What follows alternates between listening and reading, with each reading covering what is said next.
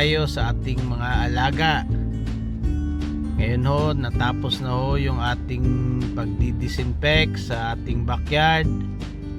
Nadala na ho natin yung ating male na dongtao galing sa Tacurong City.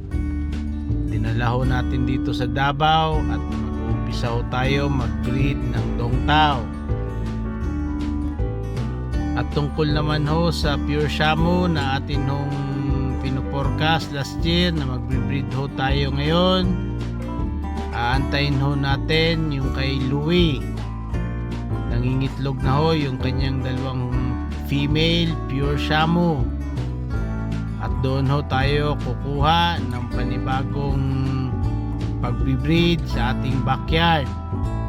At babakasakali ho na maparami ho natin yung bloodline yung kay Louie.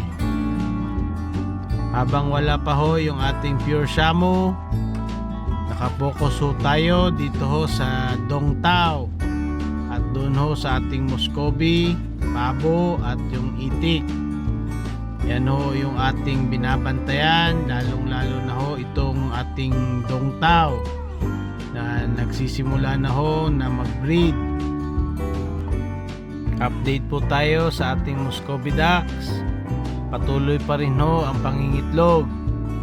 Meron din hong nakasalang sa incubator na atin hong inaantay na mapisa. Ganun din ho sa itik, meron ho ring nakasalang at patuloy pa rin ho ang pangingitlog. Maliban lang ho sa ating pabo. At update ho sa mga sisiw ng ating female white Holland. 6 na po ang natitira at magwa 1 month na ho ngayong week. Naisahan ulit tayo ng mga pusa, 2 ho ang nadali. Kaya yung 6 ho ay sana ho tuloy-tuloy na ang paglaki at wala na hong problema. At yun ho mga batch 1 natin na mga Muscovy ducks ay magtatatlong buwan na ho. Yun hong ating batch 2 magdadalawang buwan na rin. At inaantay ho natin na mapisa yung mga Muscovy na mga itlog sa incubator. Patuloy pa rin ho tayo nag-aantay na magkaroon ng mga rare colors sa mga Muscovy ducks. Inaantay ho natin yung mga mapipisang itlog na nasa incubator kasi nga ho yung ating batch 2 di pa rin tukoy kung itim o brown yung kulay. Kaya antayin ho natin at nagpapakasakali may rare colors na lumabas. Ito ngayong inaantay natin sa incubator. At yun naman hong sa ating itik, dadalwan na ho ang mga yan, di na ho tayo magdadagdag. Sila na lang ho na mag-cross ito sa ating rare colors na alpha male na Muscovy. At titingnan ho natin kung gaano kalaki ang maproproduce nito ng mga sisiw. Pag dumami na ho yung ating mga Muscovy, magdadala ho tayo niyan doon sa ating lupa para doon tayo magparami at mag-produce ng mga magaganda hong mga Muscovy ducks. Gaya ho ng sinabi ko, magpo-focus ho tayo sa dongtao habang wala pa ho yung ating mga pure Shamu. At ito ho yung ating pares. Yan ho yung male na kinuha natin sa Tacurong City at binalik ho dito sa Davao. Nangitlog na ho yung ating female na dongtao. Titingnan ho natin kung ma-fertile po ito. Maganda rin ho kasi ito paramihin kasi bibihira lang ho ang nag-breed ng dongtao dito sa amin. Kaya susubukan natin na maparami ho ang lahi ng mga dongtao na to at update ho natin lagi kung ano ang nangyayari sa kanilang pag-breed. Naghihinayang ho tayo sa ating pagkamatay ng ating mga pure Shamu at mga pure dongtao.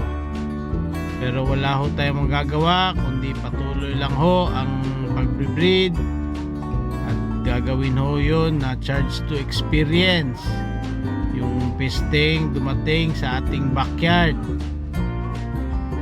Disclaimer po, hindi ho tayo eksperto sa mga pag-aalaga nitong ganitong klaseng hayop. Ito lang ho ay base sa ating experience at sa mga napagtanungan ho ng mga breeders. Patuloy pa rin hong dumarami ang ating mga Muscovy ducks. Aside ho dun sa mga paitlogan, meron pa rin ho tayong inaantay ng mga itlog sa incubator.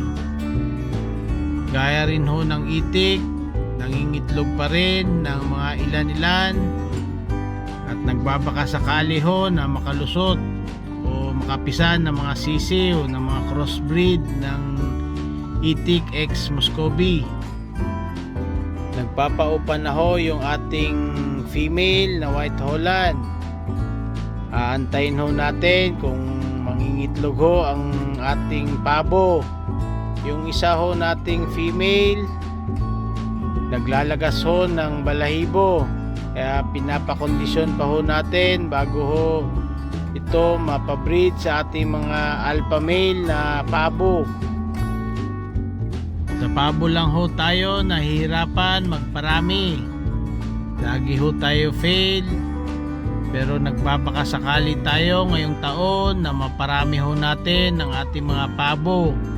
Sa tulong ho ng mga napagtanungan ho natin ng mga breeders, may apply ho natin sa ating mga alaga paano ho paramihin at mga teknik ho sa pagpaparami ng mga pabo. Mas mainam ho ang inahin na magpipisa sa kanyang mga itlog. Base ho sa aking experience sa paggamit ko ho ng incubator, napipisa ho yung mga sisiw ng pabo na mahihina at madaling ho mamatay. Base lang ho yun sa aking obserbasyon na ginawa sa aking mga itlog ng pabo.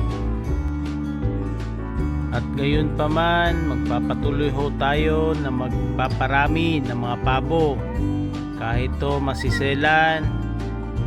Sa tulong ho na ating mga napagtanungan ng mga breeders, tayo ay magpapatuloy, magpaparami nitong ganitong klaseng hayop.